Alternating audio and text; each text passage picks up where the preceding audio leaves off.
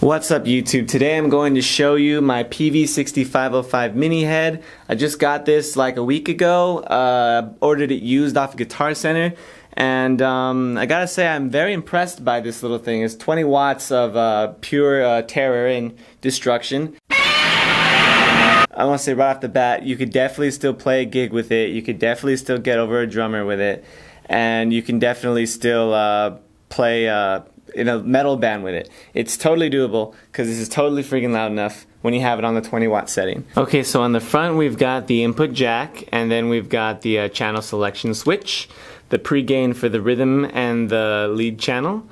This is the crunch button that overdrives the rhythm channel a little more, and this is the bright button that will make the rhythm channel a little bit more trebly. Then we've got your basic low, mid, high EQ, your post gain for the rhythm and the lead channel, reverb and resonance and presence controls, and then you've got your standby and power switches.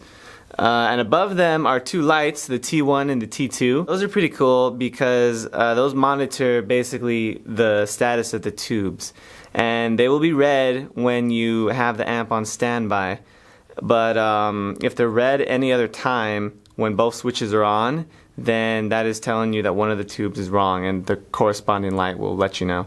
Otherwise the lights will be green. And so that's a pretty cool feature. Alright, so we got a lot of cool stuff back here. You've got your power cable jack, and right here you've got your selector switch to set the amp between 20 watts, 5 watts, and 1 watt. And then you've got your switch that selects your ohmage, depending on what cab you're going into, a 16 ohm or an 8 ohm cab. And then you've got, this is the jack that plugs the cable to the cabinet, and we've got a cool headphone jack, which is very nice, and you can run this amp without a speaker cabinet, and you could just plug in the headphones, and you're going to click this speaker defeat button, and then you'll be able to run the amp safely, just headphones if you want, or through any of this other features that we have. And take note that any other tube amp is dangerous to run the amp without a cabinet. It's known to mess up the tube amps and break stuff, so don't do that. This amp is specifically got this awesome feature where we can do that and not die. So yeah, but just make sure you click that button, because that, when you click the speaker defeat, even if it is plugged into a speaker cabinet, nothing will go through the speaker cabinet. So if you're not going to plug it into a speaker cabinet, click that button and you'll be okay with just headphones. And then right next to that we've got the direct out, which is mic simulated, so it's going to simulate the sound of being plugged into a cabinet. You can just plug that straight into your interface, and that goes straight into your DAW, and you can record like that. So that's a cool option. And if there's any buzzing, you've got the ground lift switch that will just press it in or out, and it'll whichever takes away the buzzing. And then we've got your effects loop and your inputs for foot switches. The top one controls the channels and the crunch, and the bottom one controls the reverb and whatever's in the effects loop. Then over to your far right, we've got direct USB out. So you could plug this amp straight into your laptop if you wanted to, or whatever computer you're recording in. You could just record like that, which is another really cool feature.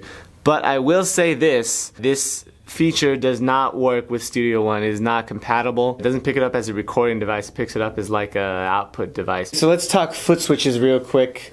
When I ordered this used, it did not come with the foot switch. That was quite troublesome. I have several foot switches here that I would I tried out on the amp, but none of them worked properly. I would get stuff where like it would kind of like halfway change in between channels.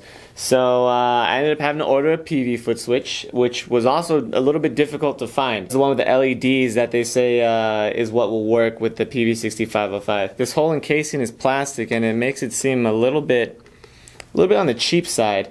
But if you need one, go to Sweetwater. They'll send you some candy with your order. $30 on Sweetwater. One other quick tip: if you're going to use a Footswitch, you're going to need the channel buttons pushed in. Controlling basically these two buttons, they both need to be pushed in. Otherwise, the Footswitch will not work. Okay, so right now I've got it coming through the Marshall MG cabinet, hooked up with a SM57, and we're going into GarageBand today because the USB feature of this amp does not work in Studio One. Okay, so what I'm going to do first is I'm just going to show you some different sounds we can get out of it through the SM57, and then I'm going to run through all the different sounds of it through the direct out features and the USB feature. And just so you all know, I will be using my Schecter Blackjack ATX Solo 6, and this has active Seymour Duncan blackouts, so that's going to give us a little more output in the sound and make the clean setting a little bit more overdriven by default.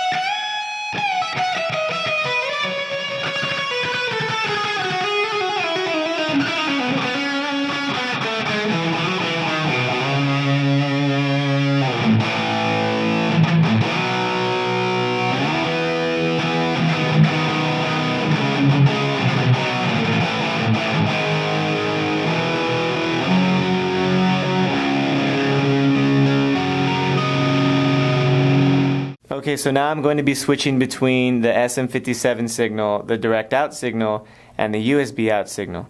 And just so you know, I'm not doing this all at the same time. I'm recording one at a time, then switching the inputs, and I'm going to the next one.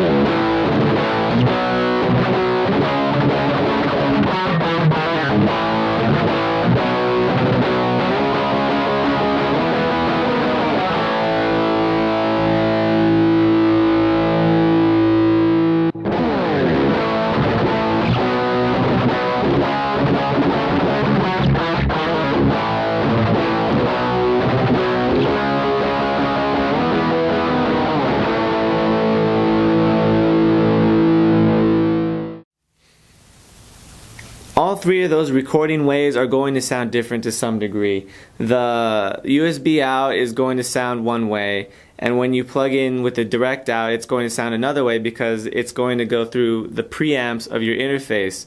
And as you switch interfaces with different preamps, it's just going to change the sound up a little bit. So they really all will sound slightly different. Not really any of them are going to sound bad. But I will say that my preferred method is still to hook it up to a cabinet and mic it with the SM57. Compared to its full-size big brother, I mean, it's quite difficult to hear the difference. A lot of people are concerned with the mini amps that you'll be losing a lot of low end that the big amps would have. And as you go down to the 5 watts and the 1 watts, you're definitely going to be messing with the resonance and the presence controls to kind of compensate for that lower wattage of power, because it does make the amp sound quite small when you get it down to 1 watt. Alright everyone, so thanks for watching the video. If you want to like and subscribe, that'd be great. Helps a lot. If you have any further questions about the amplifier, go ahead and leave them in the comments below and I will get to them. So I don't know if anyone noticed, but I was playing quite a few Trivium songs when I was demoing the amp. That's because Trivium is one of my favorite metal bands of all time. And yeah, so I'll be using this amp in an upcoming recording project. We're gonna be recording a Trivium cover song. I won't tell you which one yet, just stay tuned for it. And yeah, it's gonna be great. More content's on the way. So I'll see you guys next time.